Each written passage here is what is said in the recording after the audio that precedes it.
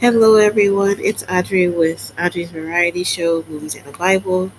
And today I am bringing you another Righteous Thinking segment, this time with the Fox Soul, Cynthia G. and Umar Johnson War on Black Men debacle nonsense, just utter dumpster fire trash.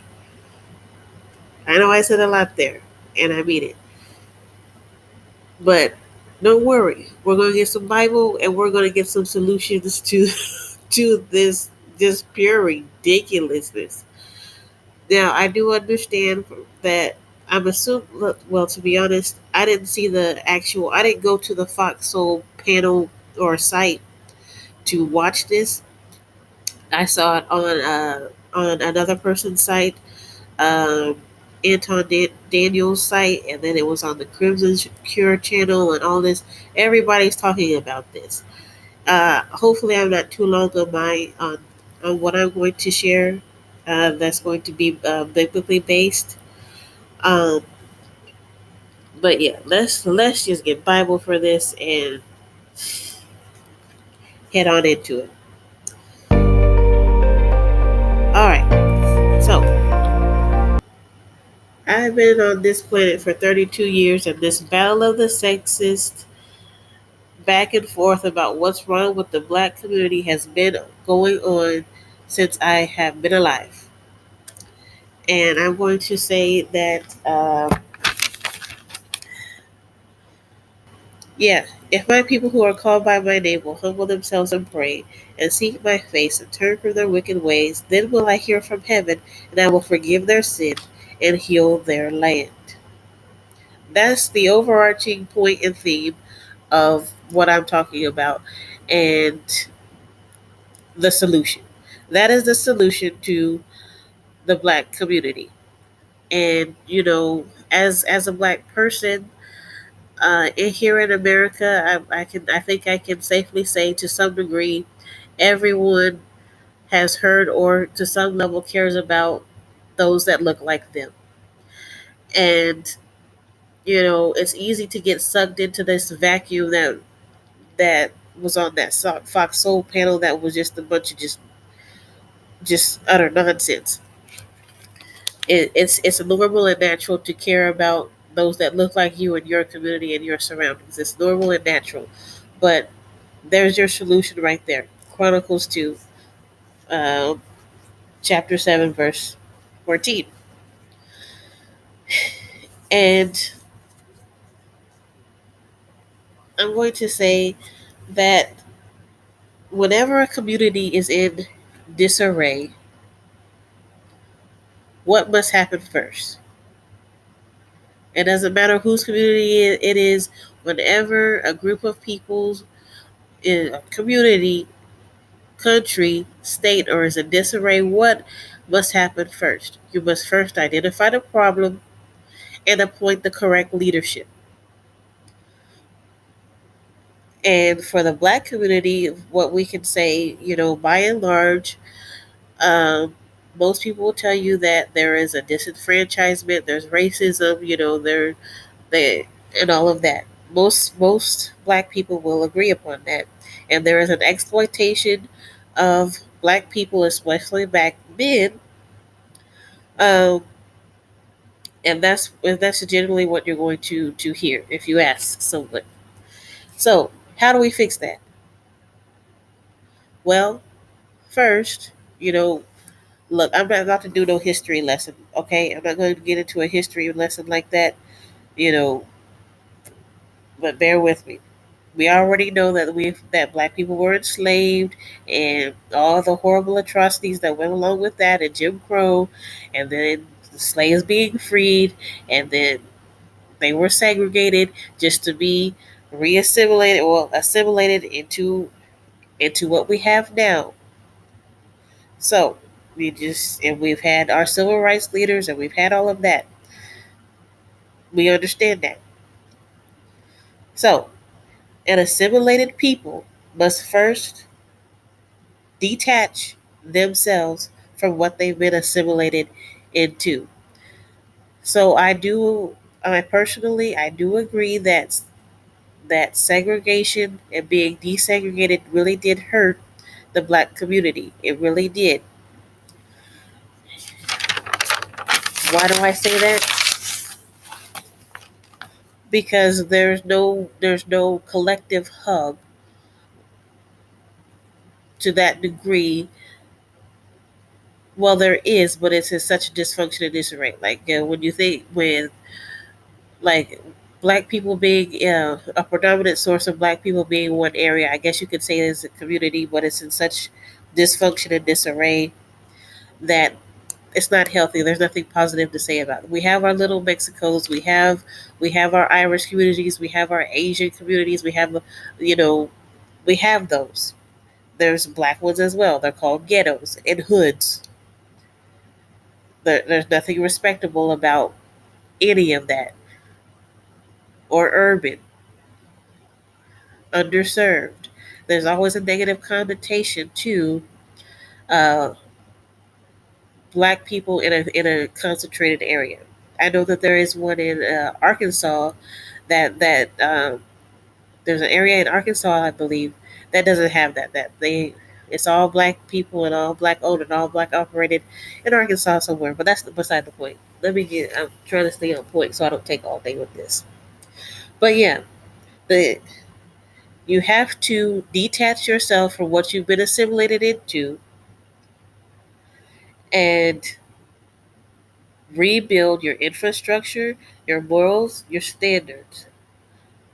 Just like with the Israelites when they came out of captivity from Babylon. One of the first things they did when they came out of captivity, and it was hundreds of years of captivity, or 150 or something like, don't get me lying. Don't get me lying on that part. But anyways, when they came out of captivity from Babylon, their leadership put a stop to any and all idolatry of other gods. And they rebuilt it, they rebuilt the temple, and they rebuilt it, and they did all of that. And the same can apply to the black community. Now,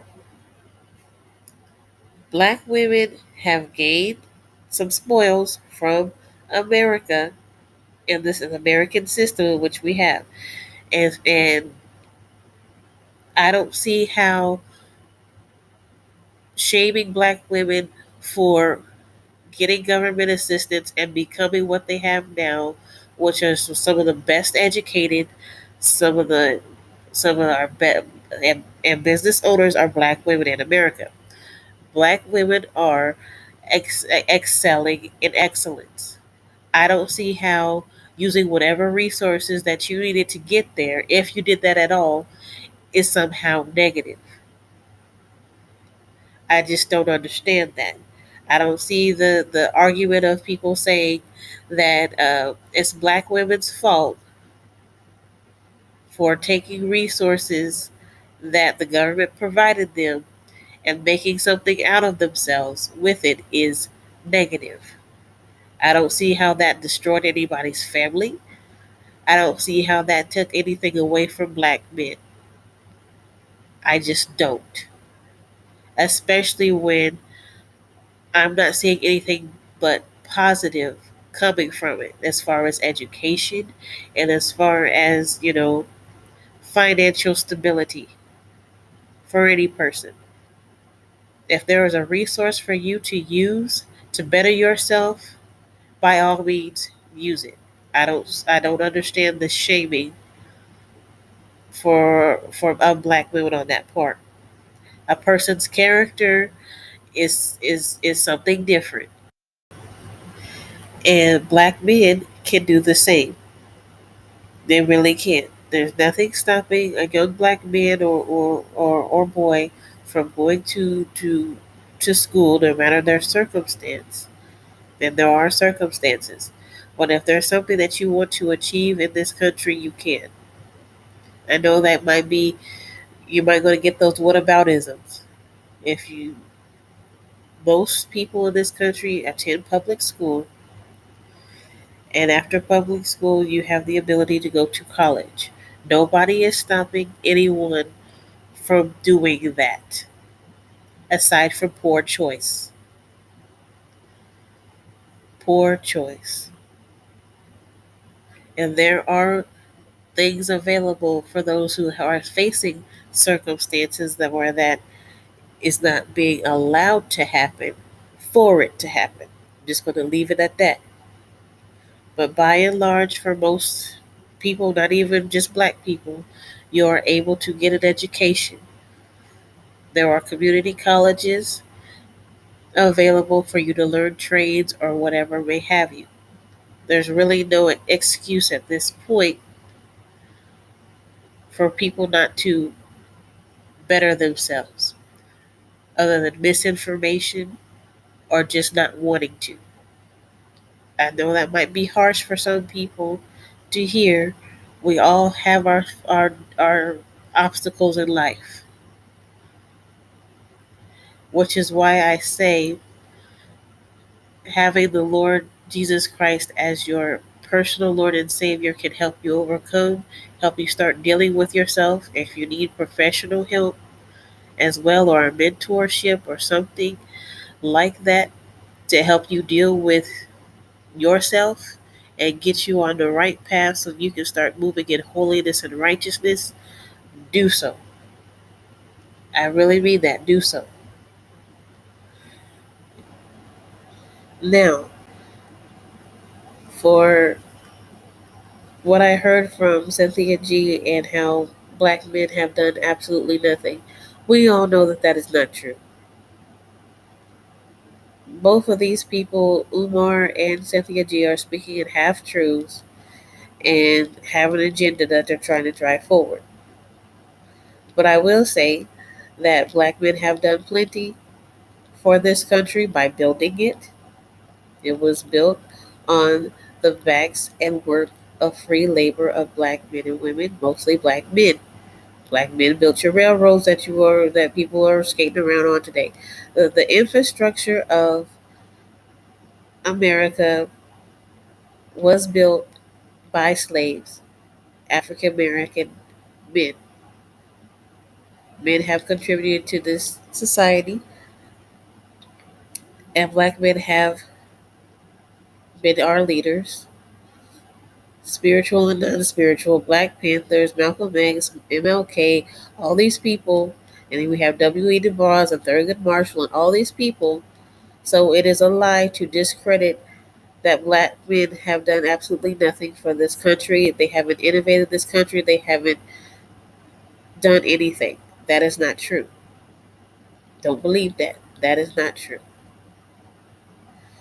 The problem with the community today is the black male leadership has in the wounded dogs barking the loudest, I would say, are this are in rap culture and the sports culture, in sports and our media, especially in music, have not been the best role models or role models at all for young black men. Men learn from men how to be men, not women. Women nurture and raise children, yes, they do, to be a good product of society. But as far as manhood goes, men learn from other men. And if we have a lot of our young men running around trying to be would be gangsters, they're going to up with would be gangster results. If all of our men are running around promoting how fast money is made with drugs and everything else, you're going to get fast money drug related results, which usually ends up in death and sitting in a cell. This is all things in which you, as a smart, educated, well rounded young boy or man, you know these things. You know these things. You are already a natural born leader. It's naturally in your autonomy to be a leader to problem solve. You can see these things coming.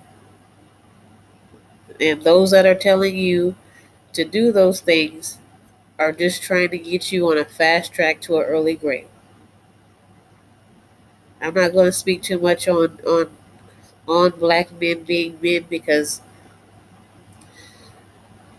that's a problem which they need to be solving for themselves. But what I will say is that we do need more positive male black role models for young black men, just period. Because men are leaders, men build infrastructure. Women, by and large, do not do any of that. But we do need, I want you to know that it takes God to make a real man out of a man.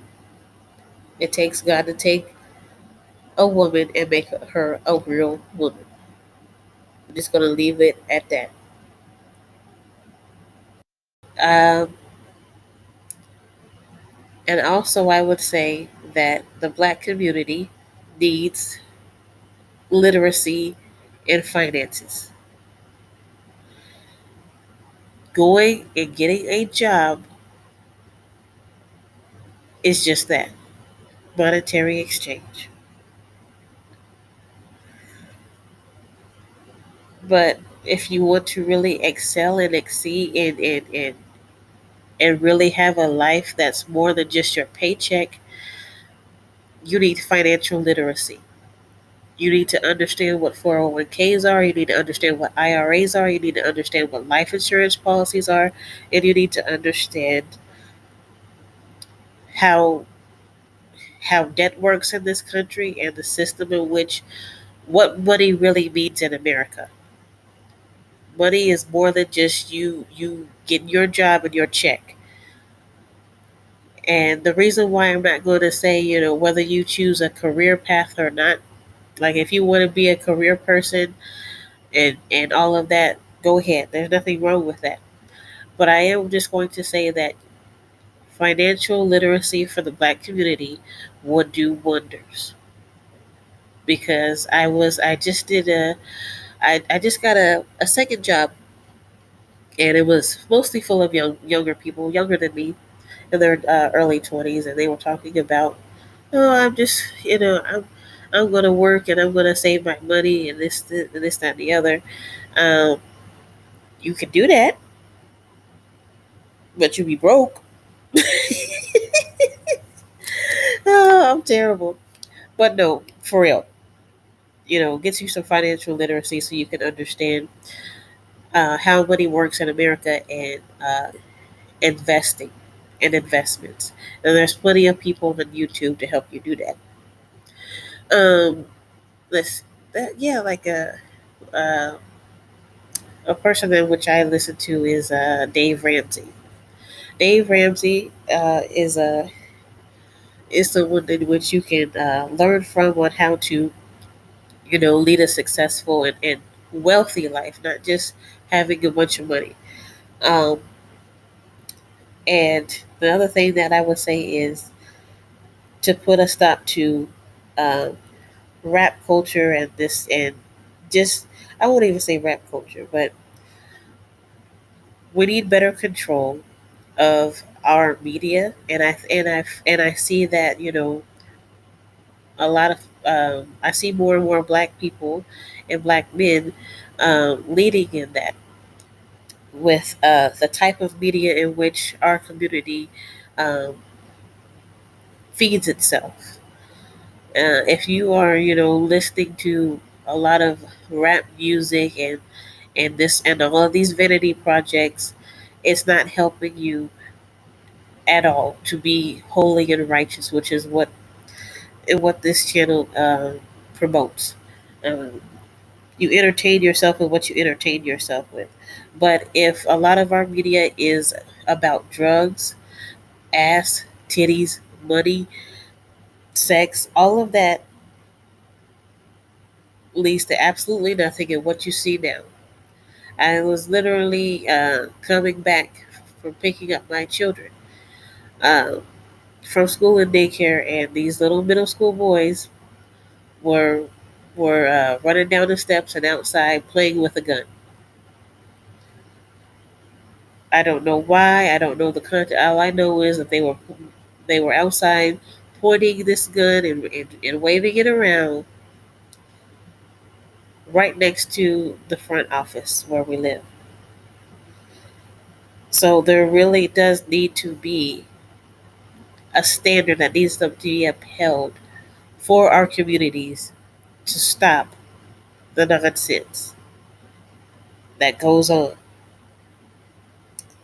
Um, just the wicked behavior and the tolerance for the bouncerous behavior. It's just is crazy. This um, when you are on the path of holiness and righteousness, we all have you know our own media in which we consume. But when you are, you know, trying to live for God, you're going to develop and want the fruits of the Spirit around you. And the fruits of the Spirit are, love, joy, peace, gentleness, self control.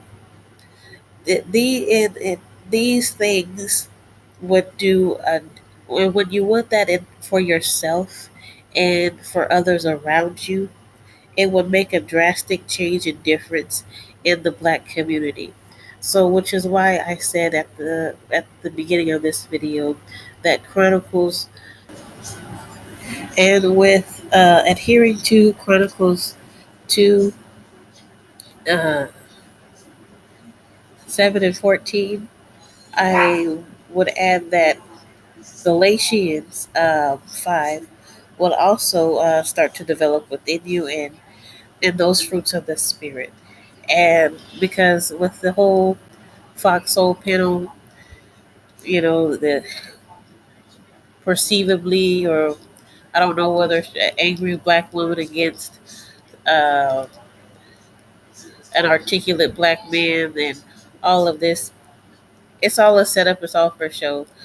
I mean, I wouldn't pay neither one of these people any mind because they're not offering you solutions. They're just telling you a bunch of stuff that's really keeping this conversation going nowhere.